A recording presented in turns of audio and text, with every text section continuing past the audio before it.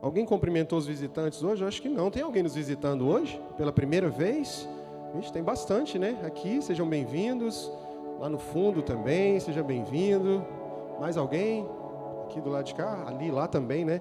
Lá também. Amém. Sejam bem-vindos, em nome de Jesus. Que Deus possa falar com vocês aqui. Deus possa ser com vocês. Amém? Amém. Aleluia.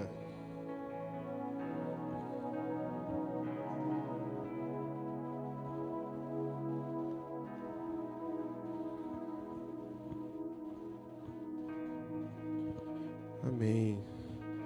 Deus é bom, irmãos. Deus é bom. Deus é bom o tempo todo.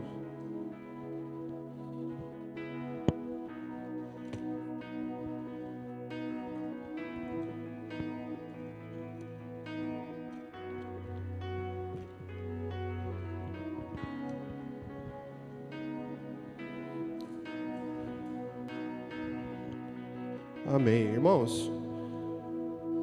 Hoje eu quero compartilhar com vocês aqui, nesse tempo que Deus nos permite, acerca de algo que parece que é muito comum na igreja, mas não é. A gente falar sobre a presença de Deus na igreja, parece algo até assim, falar, mas falar disso, mas Deus não está lá, né? Vocês não se reúnem por causa do nome de Deus, por causa da presença de Deus. E eu vou dizer para vocês, infelizmente, nem sempre. Nem sempre a igreja se reúne por causa da presença de Deus. A igreja se reúne por causa do favor de Deus. Muitas vezes a igreja se reúne porque ela precisa de algo que só Deus pode fazer, ao invés de querer aquilo que é o mais importante, que é a presença de Deus. Sabe, querido, não querer a presença de Deus é dizer que nós somos egoístas. Hoje de manhã eu estava ministrando aqui e Deus me levou por um caminho que não estava nada programado, mas me levou a proclamar para a igreja, fazer a gente pensar no que a gente está deixando para a próxima geração. Porque o que nós estamos deixando para eles? Qual o legado está sendo construído? Nós estamos entregando a presença de Deus ou nós estamos entregando para eles um Deus que pode nos presentear? Porque muitas vezes os nossos filhos não estão mais querendo vir para a igreja por causa das nossas frustrações.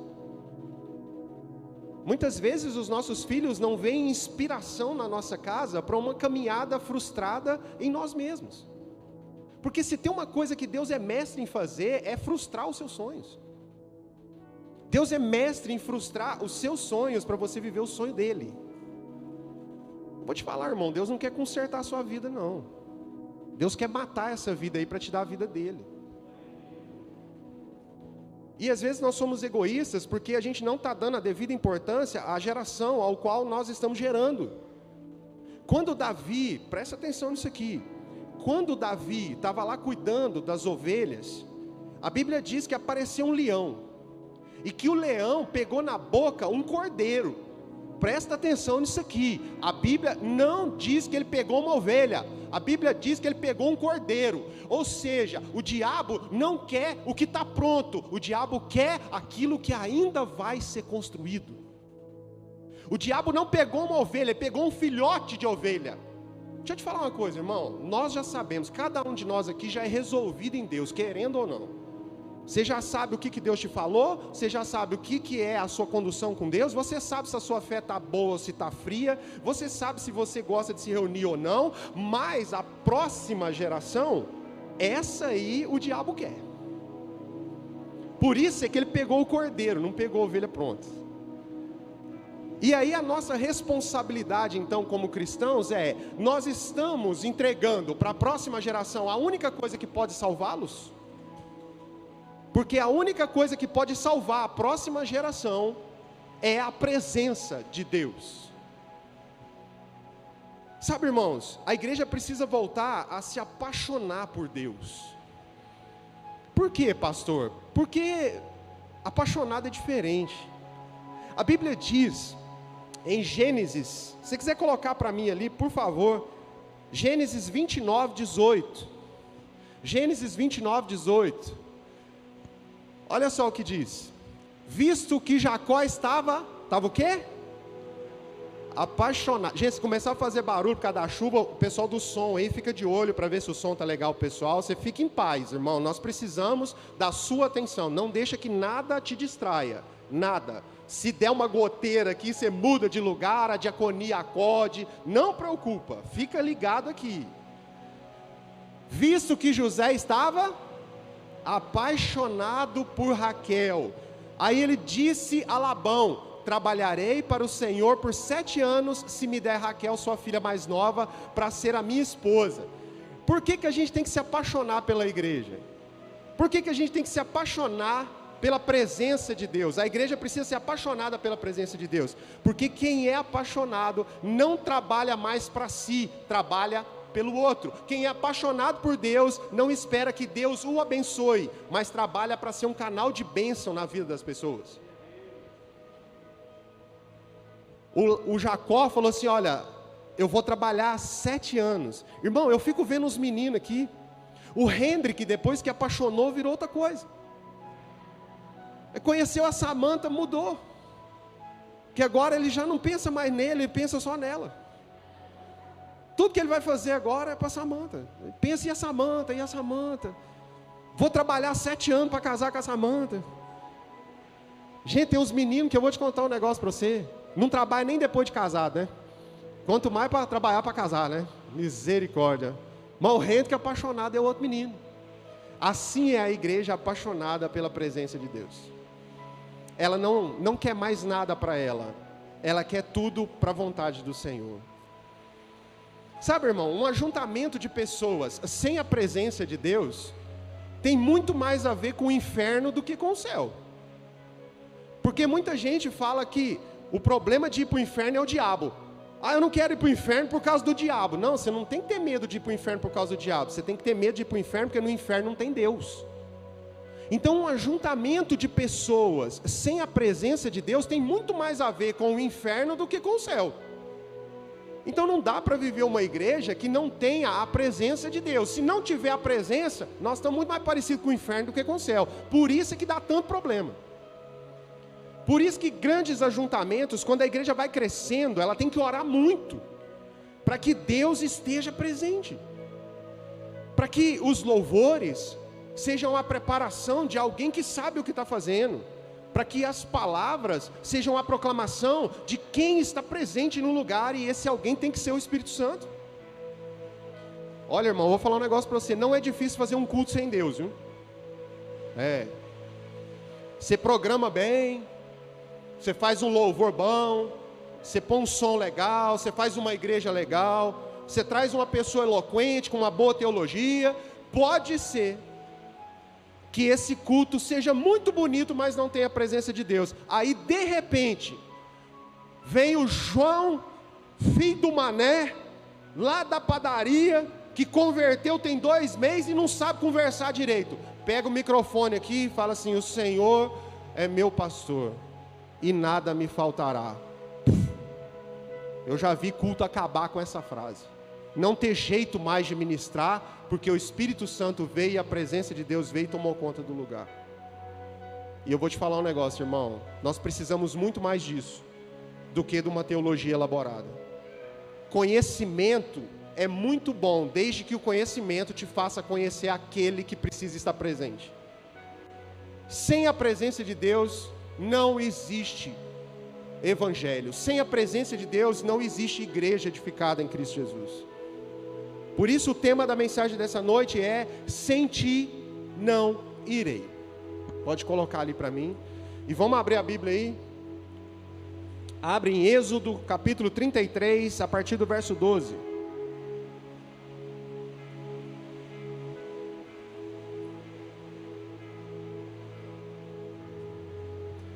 Livro de Êxodo 33, a partir do verso 12.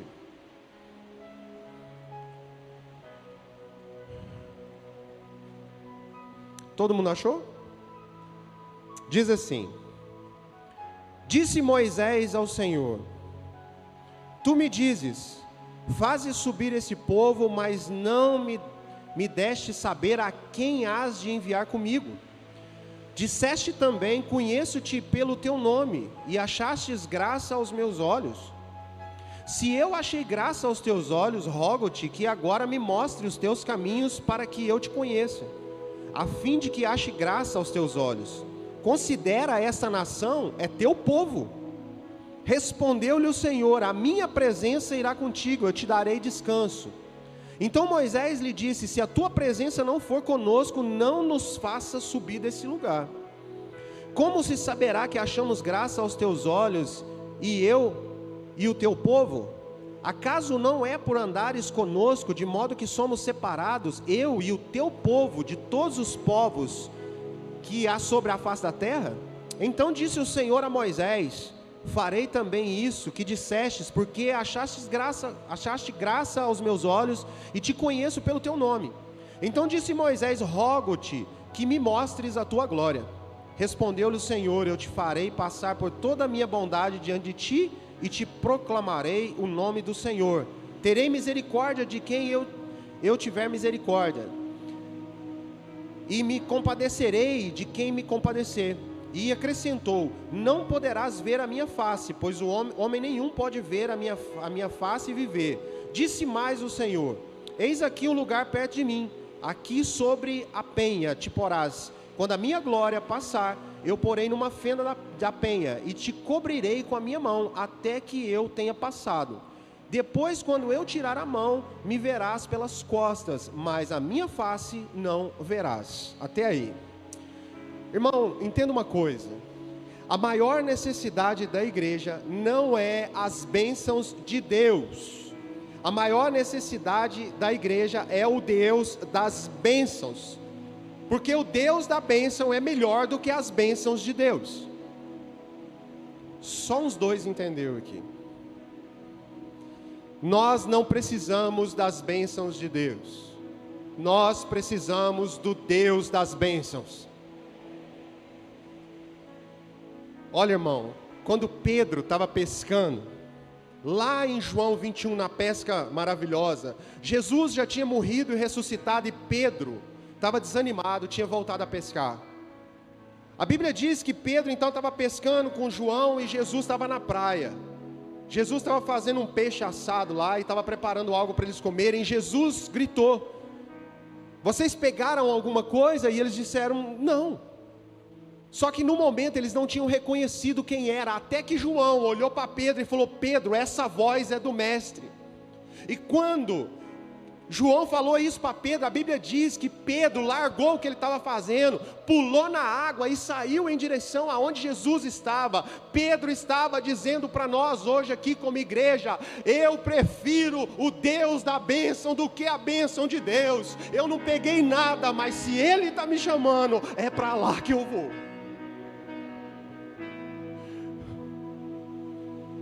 Sabe, irmão, a gente precisa definir de uma vez por todas que tipo de igreja que nós vamos ser. Se nós vamos ser uma igreja que quer viver de favor, ou se nós somos uma igreja que vai mostrar a vontade. Porque todo aquele que quer viver de favor, a Bíblia diz que Deus dá pão para quem tem fome, mas todo aquele que quer viver da vontade, a Bíblia diz que Deus dá semente para quem semeia. E eu declaro sobre a vida dessa igreja, uma igreja semeadora do reino, uma igreja que vai semear na vida dessa cidade, que vai semear na vida do povo brasileiro, porque tem muita gente que Deus vai dar pão, mas para nós, Deus tem uma promessa, e Ele disse, a geração de vocês, os filhos de vocês, os filhos dessa casa, serão benditos nas nações.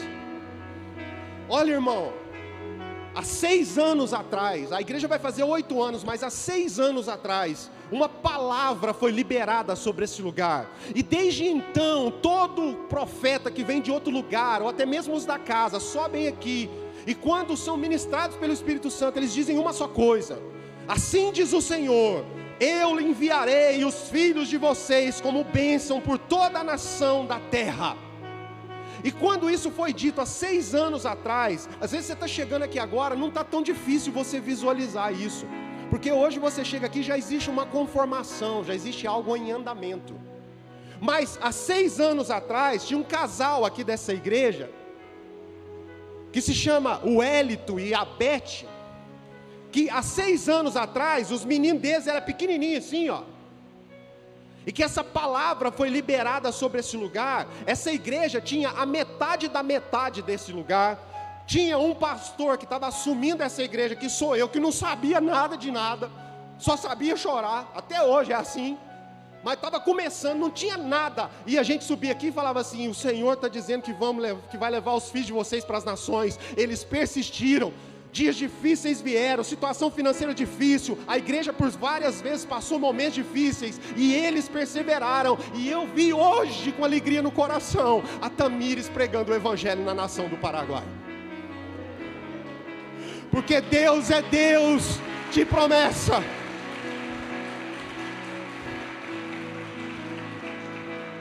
Então deixa eu te falar uma coisa, não duvida do que Deus vai fazer. Não duvida, porque se Ele estiver presente, Ele dá os presentes. A presença de Deus libera os presentes de Deus. Sabe, irmão, hoje o homem trocou Deus pelas dádivas. O homem, ele quer a salvação, mas ele não quer o Salvador. Hoje, infelizmente, nós queremos os dons e não o doador. Todo mundo que eu conheço quer descobrir o dom que Deus deu. Pastor, eu não sei o meu chamado. Na verdade, ele está dizendo assim: pastor, eu não sei o dom que eu tenho. Porque ele quer descobrir se ele é um pregador, se ele é um evangelista. Ele quer descobrir o que ele é, ele quer descobrir o dom. Mas não adianta querer o dom sem querer o doador. Primeiro você deve querer o doador, porque quando você estiver perto do doador, o dom fica evidente. Às vezes, irmãos, a gente está querendo autoridade, sem querer estar perto do autor. A palavra autoridade, ela vem da palavra autor. Só dá autoridade o autor dá autoridade. Mas o diabo ensinou a igreja a lutar por lugares, por cadeiras, por posições. Porque o diabo disse assim: se você tiver um lugar, então você vai ter autoridade. Então vamos ser bíblico aqui. Vamos pegar José do Egito. Quem é que ocupava a cadeira maior do Egito? Fala para mim. Era quem? Faraó. Quem que tinha autoridade lá no Egito? Era o José. Ele tinha a chave do celeiro. O apóstolo Paulo, acorrentado, preso, diante do rei Agripa.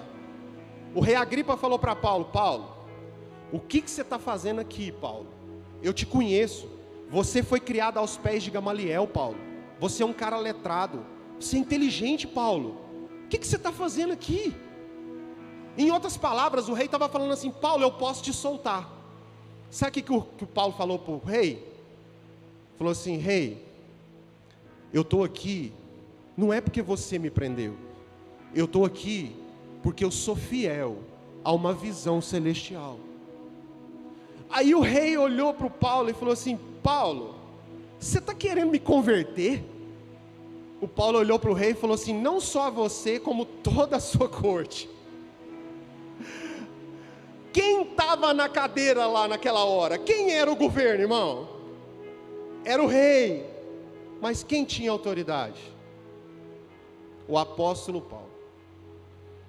Porque não adianta a gente querer o lugar, a autoridade, sem querer o autor. Igreja, aprenda, toda a autoridade do céu nos será dada o dia que a gente andar com o autor. Toda a autoridade para expulsar demônios da sua casa vai ser dada a você o dia que o autor entrar com você lá. O dia que ele entrar com você na sua casa, e ele olhar para os demônios que estão lá, e fizer só um sinalzinho assim para você, e falar assim: esse aqui é meu filho, não sobra um capeta na sua vida. Porque a gente quer expulsar demônio pelo poder. Deus me dá poder para expulsar demônio. Irmão, que poder? Jesus, quando vem na terra, a Bíblia diz lá em Efésios, que Deus o fez um pouco menor do que os anjos. Então vamos raciocinar aqui. Os anjos são, os demônios são anjos caídos, sim ou não? Então se a Bíblia diz que Jesus veio na terra menor do que os anjos, então Jesus veio na terra com menos poder do que os demônios. E por que aonde Jesus pisava, quando Jesus chegou em Gadara, ele pisou, os demônios já vieram correndo, o gadareno veio e falou assim: o que você, filho de Davi, quer conosco? E Jesus só olhou para eles assim, eles imploraram, falou: deixa a gente entrar nos porcos. E aí então eles saíram e entraram numa manada de porcos. Por que os demônios não ficaram lá?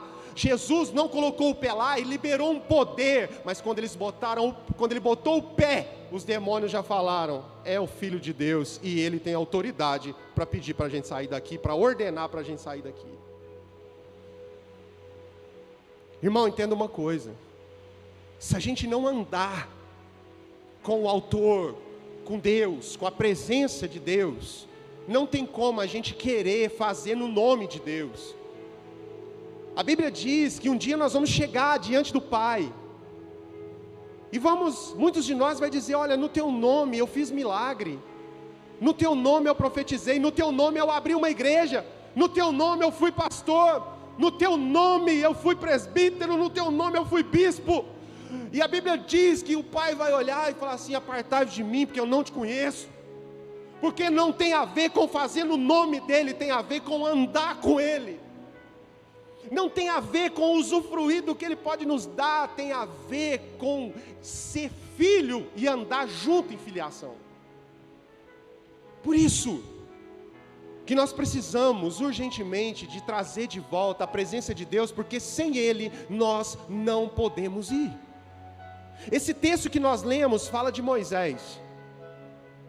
O povo tinha se desviado, irmão, entenda aqui, vamos entrar no contexto aqui para a gente concluindo a mensagem, andando aqui. Um capítulo antes desse que nós lemos, Moisés tinha ido para o monte, e Moisés subiu então para orar e para estar com Deus, e Moisés começou a demorar.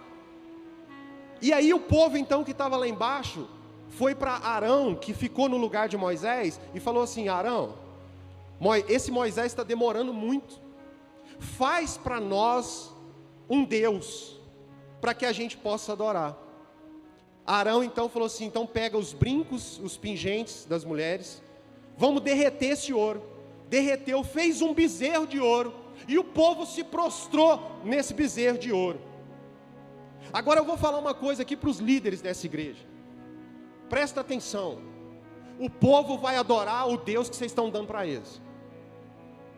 Se o Deus que a gente der para o povo for só dinheiro, o povo vai adorar só dinheiro. Se o Deus que a gente der para esse povo for só o dinheiro da exaltação, eles vão adorar só os lugares exaltados. Mas se o Deus que a gente der para eles for o Cristo Jesus, eles vão adorar o caminho do Calvário e a cruz. Arão deu o que o povo queria, e o povo se prostrou. E sabe o que Deus fez? Falou para Moisés, falou assim: Moisés, o teu povo lá embaixo se corrompeu e se desviou, e eu agora, Moisés, não vou mais com vocês. O que nos separa de Deus então, irmão? O que faz com que a presença de Deus não caminhe conosco? Pecado. Pecado. Essa palavra, olha só a cara dos irmãos, eu queria filmar aqui. Essa palavra não parece que pesou na igreja. Nossa, o pastor hoje vai falar de pecado. Ai, não vai falar de mim não. Não vai? Vai. A Bíblia diz que todos pecaram e foram destituídos da glória de Deus. Quem é pecador aqui?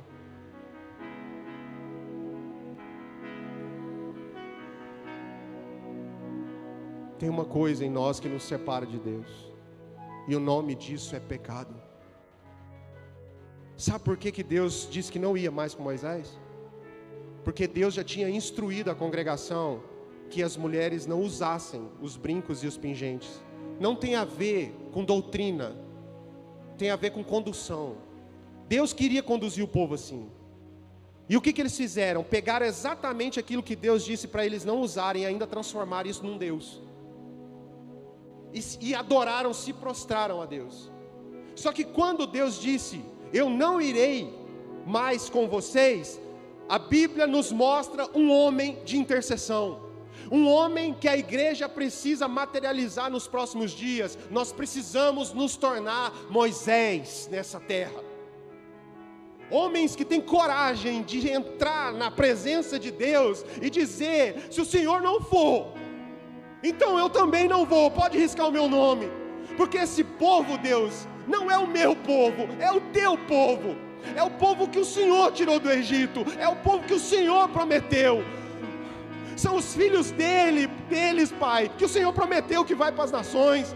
Essa cidade de Ituiutaba, o Senhor prometeu que eles seriam convertidos. O Senhor prometeu que as prostitutas dessa cidade se converteriam aos seus pés. O Senhor prometeu que as casas seriam edificadas. O Senhor prometeu que essa cidade seria iluminada pelo Espírito Santo. Gente que entra na frente de Deus com ousadia, não para afrontar Deus, mas para dizer, eu intercedo por eles. Agora, como fazer isso se a gente não está na presença? Como fazer isso se a gente não quer estar? Irmão, estar na presença de Deus é constrangedor. Porque quando a gente chega perto do que é santo, a gente vê o quanto a gente ainda é profano. Sabe, irmão, eu acho que a gente está varrendo a sujeira para baixo do tapete faz tempo. Tem coisas em nós que Deus já falou há muitos anos que não agrada a Ele, a gente continua do mesmo jeito. E a gente quer a presença de Deus. E Deus está olhando para a gente e fala, olha, você transformou isso num Deus. Você transformou seus desejos em um Deus. Você transformou a sua vontade em um Deus. E você colocou isso entre nós. Sabe, a gente precisa tirar algumas coisas que existem entre nós e Deus. Às vezes a gente está andando aqui nessa cidade pedindo para Deus trazer uma chuva do Espírito Santo, e Deus está olhando para nós e fala assim, eu não quero que você peça que eu mande uma nova chuva, eu quero que você desentulhe os poços. Deixa eu te falar uma coisa aqui, irmão, de verdade mesmo.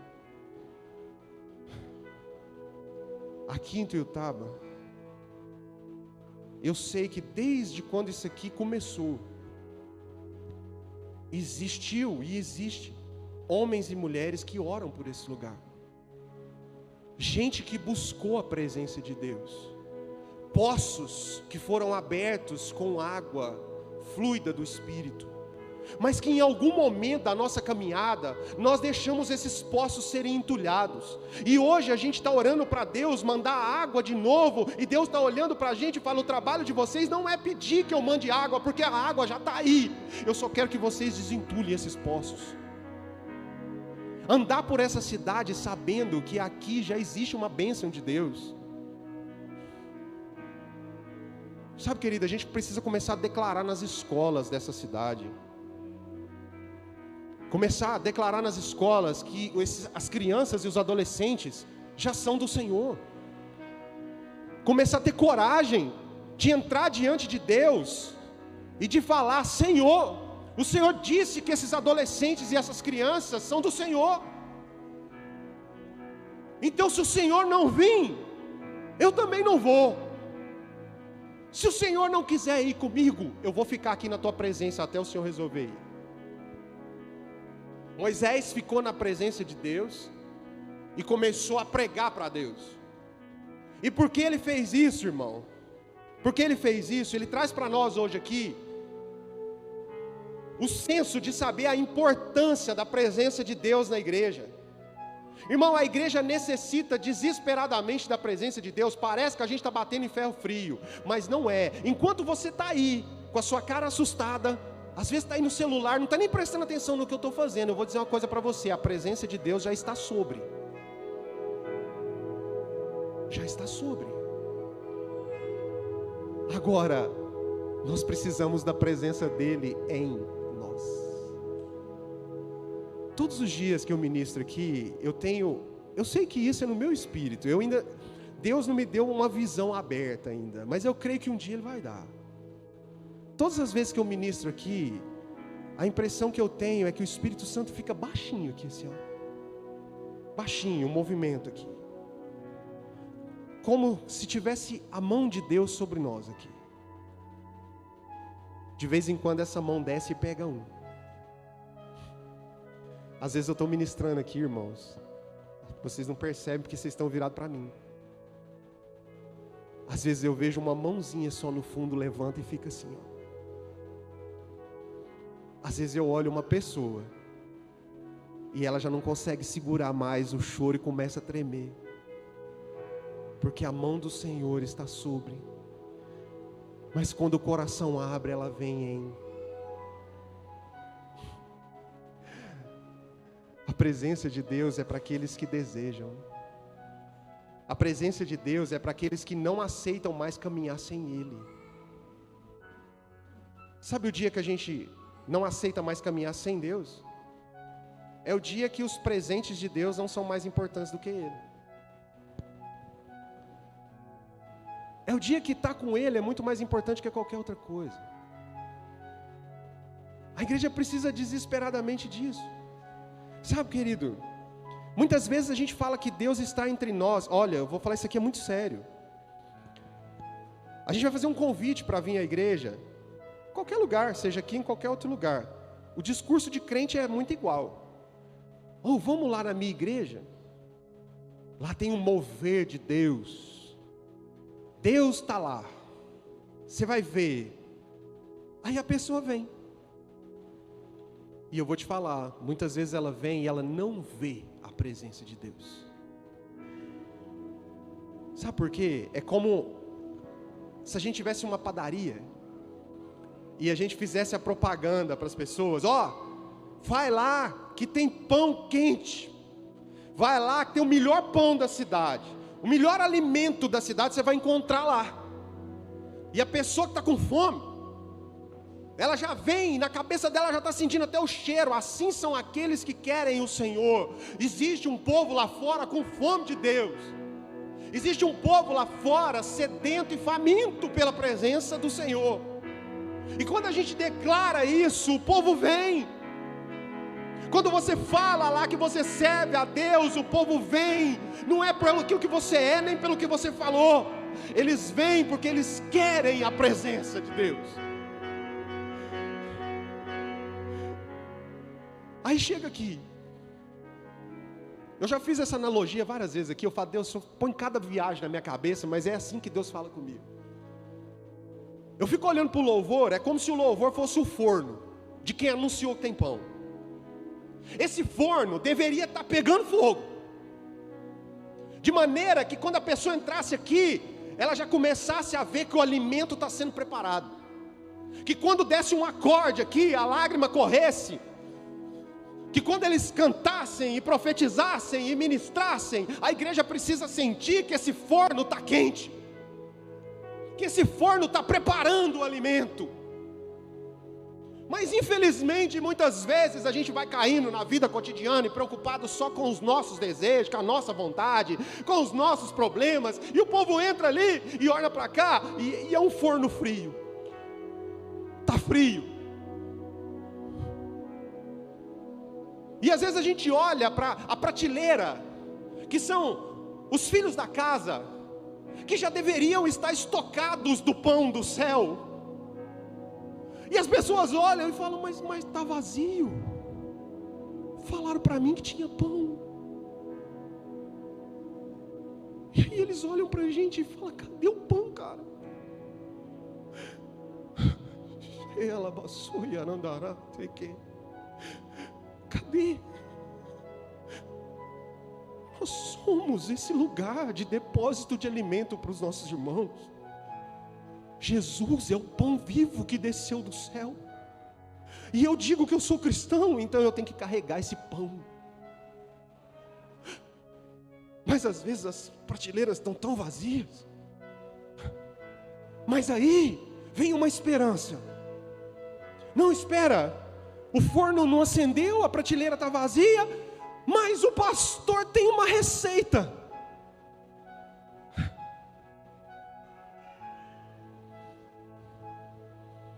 Quem aqui já viu um livro de receita? Quem já viu um livro de receita? Quando você abre um livro de receita e está lá escrito lá assim: bolo de fubá cremoso. Você consegue sentir o cheiro lá? Se você comer aquela folha, tem gosto? Então não adianta ter receita se a gente não se dispor a ser o alimento do povo. Não adianta ter a receita se a gente não põe a mão na massa para fazer com que isso aconteça. Por isso eu declaro sobre a vida dessa igreja louvor. A partir de hoje, agora, desse minuto, em nome de Jesus, o Espírito Santo está soprando aqui agora. Todo aquele que botar o pé dentro dessa igreja aqui e ver vocês tocando aqui, vai ver um forno incendiado preparando alimento. Vai ver gente aqui pronta, vai sentir o cheiro dele. Vai sentir o cheiro dele. Fala, eu conheço esse cheiro. Eu conheço esse cheiro. É o meu amado. É o meu amado. Eu declaro sobre a vida dos irmãos dessa igreja, todo aquele que chegar aqui faminto, vai olhar para você e falar assim: tem pão, ali tem Jesus, ali tem alimento, eu posso ser suprido porque eles são cheios do pão do céu. Eu declaro sobre a vida dos ministros, todos aqueles que vierem aqui, nós não temos só uma receita, nós somos o pão vivo que desceu do céu, Cristo que habita em nós.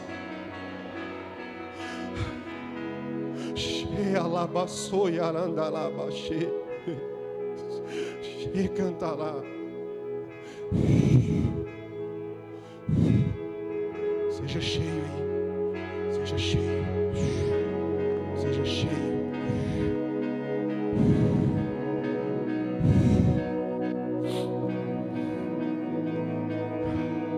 Eu declaro sobre essa igreja: não vai faltar pão na casa do pão. Todo aquele que entrar aqui buscando o pão do céu vai encontrar. Sabe, irmãos, a impaciência muitas vezes leva o povo a buscar outro Deus. Irmão, tudo tem seu tempo. Tudo tem seu tempo. Hoje de manhã eu falei sobre maturidade aqui. O que fez o povo fazer um bezerro de ouro foi porque eles achou que Moisés estava demorando. Tudo tem um tempo. Olha para a vida de José. José teve um sonho. E José, no sonho, Deus disse para ele: eu vou te colocar como governo. Ficou claro para José. Só que entre o dia que ele sonhou e o dia que ele se tornou governo, teve um processo.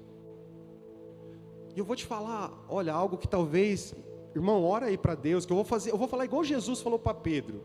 Olha, Pedro, o diabo pediu para peneirar você. E eu roguei ao Pai, para que você seja fortalecido na sua fé e não desfaleça. Eu vou falar um negócio, eu vou orar aqui agora, para que Deus fortaleça a sua fé, para você não desfalecer com o que eu vou falar aqui. Todo aquele que é escolhido por Deus para proclamar as verdades de Deus no reino, a vida dele vira uma tribulação só. José foi jogado no poço pelos irmãos, foi vendido como escravo para os midianitas, foi acusado injustamente pela mulher do Potifar, foi parar na cadeia. E quando ele chegou na cadeia, irmão, o copeiro que estava preso com ele, tinha um copeiro e um padeiro. O copeiro teve um sonho. E aí então o José interpretou o sonho do copeiro e falou assim: ó, o padeiro vai morrer. Padeiro, você vai morrer. E morreu mesmo. Mas você, copeiro, você vai voltar a servir. E aí então o copeiro realmente foi tirado da cadeia e levou para servir. E o José falou assim: lembra de mim quando você estiver lá. Só que a Bíblia diz que o copeiro esqueceu. Agora, entenda uma coisa. Eu fiz essa pergunta para mim hoje. E se o copeiro tivesse lembrado naquele dia, tinha dado certo? Tinha, irmão? Quem lê a Bíblia aí sabe que não. Sabe por quê? Porque se o copeiro lembra no dia, e chega para Faraó, e fala assim: Faraó, tem um menino lá na cadeia, o nome dele é Zé. Eu falei para ele o sonho, ele interpretou o sonho e deu certo. O Faraó ia falar assim: beleza, bom demais esse menino aí, o interpretador de sonho. Mas o que eu quero saber de Zé, que interpreta sonho? Sabe por que o Faraó ia falar assim? Porque o Faraó ainda não tinha sonhado, ele ainda não tinha sonhado com as vaquinhas gordas comendo as vaquinhas magras, engolindo elas. Ele não tinha sonhado com as espigas cheias de grão, engolindo as espiguinhas sem grão. Ia ser só mais um fato, mas 2 anos depois, o Faraó sonhou. E quando o Faraó sonhou, aí o copeiro lembrou. Então entenda uma coisa, querido: se Deus quiser fazer você lembrado, Ele vai fazer no tempo dEle. Você pode fazer o que você quiser, que se for da vontade dEle, no dia que Ele quiser, Ele vai fazer alguém lembrar de você. E eu vou te falar uma coisa, experiência própria, minha e da minha casa. Deus vai usar as pessoas mais estranhas que você puder imaginar para te colocar no curso da promessa. O Zé, quem tirou ele do poço foi os midianitas, povo que escravizava os outros.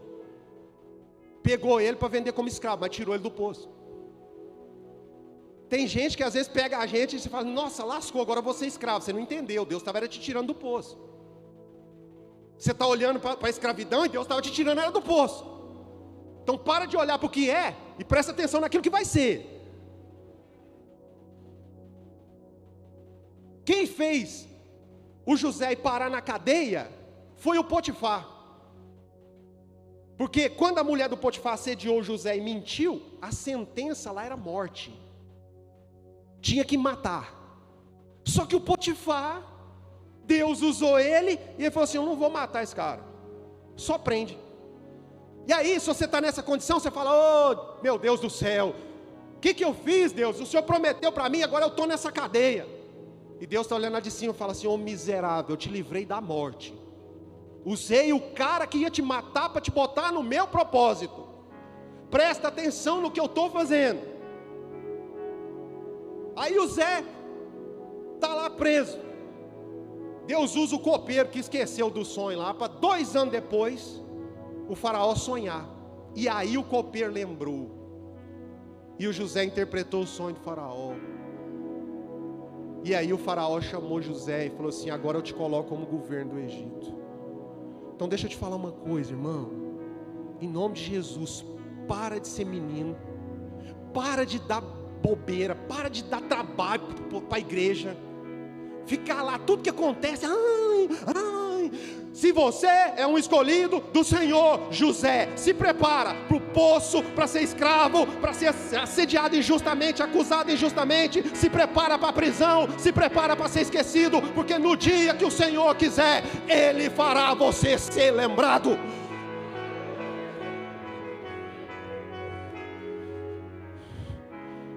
Vou te falar uma coisa, irmão. Sabe o que não fez José desistir?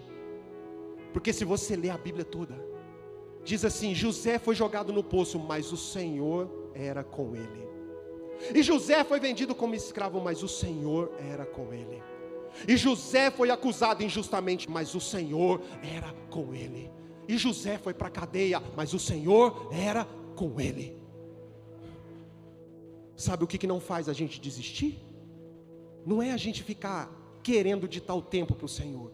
O que faz a gente não desistir é andar com Ele, entender o tempo e o modo dEle. Sabe, irmão, a gente precisa buscar a presença de Deus de volta. A gente precisa fazer isso se a gente quer que a igreja realmente continue no caminho que ela tem que trilhar. Hoje de manhã, irmão, a mãe do Saulo, a Sônia, teve uma visão aqui hoje de manhã. E antes dela falar o que ela viu, Deus me fez falar o que ela viu. E o que foi declarado aqui hoje é que já existe um exército inimigo enfileirado. Não são pessoas, são principados e potestades que estão se levantando contra os povos. Eles já estão enfileirados. A igreja já está vendo o vale do confronto. E Deus falou para nós aqui hoje de manhã: e eu, Lúcio, estou curando as feridas de vocês. Vai haver uma grande batalha espiritual nos próximos anos. Mas Deus está preparando um exército sarado para dizer para nós: não esqueçam que no final venceu o Cordeiro e aqueles que estavam com o Cordeiro. Nós não temos que estar preparados para ser bem sucedido, a gente tem que estar preparado para enfrentar o que virá. Nossos filhos serão alvos disso.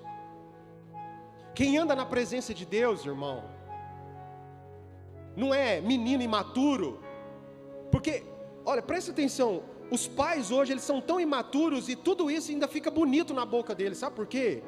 Porque os pais falam assim: eu estou trabalhando muito, porque eu quero deixar uma condição de vida melhor para o meu filho. Mentira! Você está trabalhando muito porque você quer ser bem sucedido. A gente fala assim: eu estou fazendo isso por causa do meu filho. Mentira! Nós estamos fazendo isso porque a gente quer ser alguma coisa, porque a gente quer ser o melhor, porque a gente quer ser destaque, porque a gente quer ter dinheiro, porque a gente quer ter lugar. Isso é coisa de menino. Porque quem é maduro não está preocupado em deixar dinheiro e bens materiais. Quem é maduro está preocupado em deixar um legado. Você acha mesmo que o seu menino vai lembrar do carro bonito que você deixou para ele se você nunca deu um abraço nele? Você acha mesmo que esse menino vai querer vir na igreja que você se matou para ter um lugar nela, ao invés de dizer para ele que isso aqui era um lugar de cura? Em nome de Jesus, Deus, Pai, eu não sei porque que o Senhor faz eu falar essas coisas. Deus tem uma coisa com esse lugar aqui. Deus tem uma coisa com o povo que junta aqui, vocês.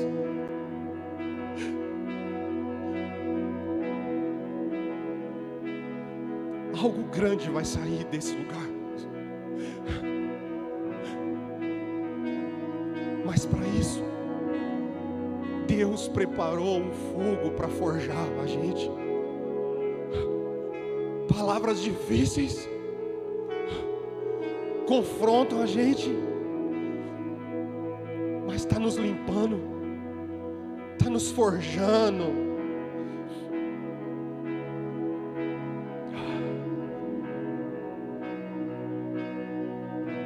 Olha, irmão, de verdade mesmo, a gente não tem noção do que Deus quer fazer, mas Ele está mostrando um caminho, e não adianta ficar impaciente. Tem gente que eu sei que na caminhada está impaciente. Sabe o que vai acontecer? Vai começar a adorar um bezerro de ouro.